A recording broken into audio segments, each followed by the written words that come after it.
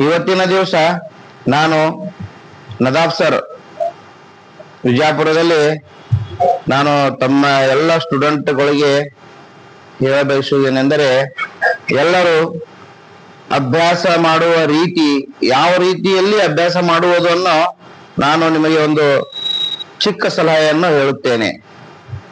ಮೊಟ್ಟ ಮೊದಲಿಗೆ ಶಾಲೆಯೊಳಗೆ ಕಾಲೇಜಿನೊಳಗೆ ಏನು ಕಲಿಸೋರಿದ್ದಾರೆ ಸಿಲೆಬಸ್, ಅದನ್ನ ಸ್ವಲ್ಪ ಮುಂಚೆ ಓದ್ಕೊಂಡು ನೋಡ್ಕೊಂಡು ಹೋಗ್ಬೇಕು.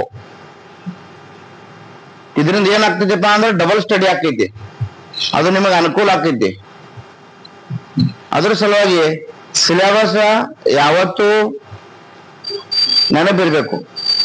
ಸಿಲೆಬಸ್ ಗುರುತಿಲ್ಲ ಆದ್ರೆ ನೀವು ಅಭ್ಯಾಸ ಮಾಡಾಕತ್ತೀರಿ, ಚಾಪ್ಟರ್ ಹೆಸರೇ ಗೊತ್ತಿಲ್ಲ ಅಭ್ಯಾಸ ಮಾಡಾಕತ್ತೀರಿ, ಅರ್ಥದ ಮರ್ಮವ ನೆರೆಯದೆ ಓದಿ ಫಲವೇನಯ್ಯ ಸರ್ವಜ್ಞ. ಓಕೆ.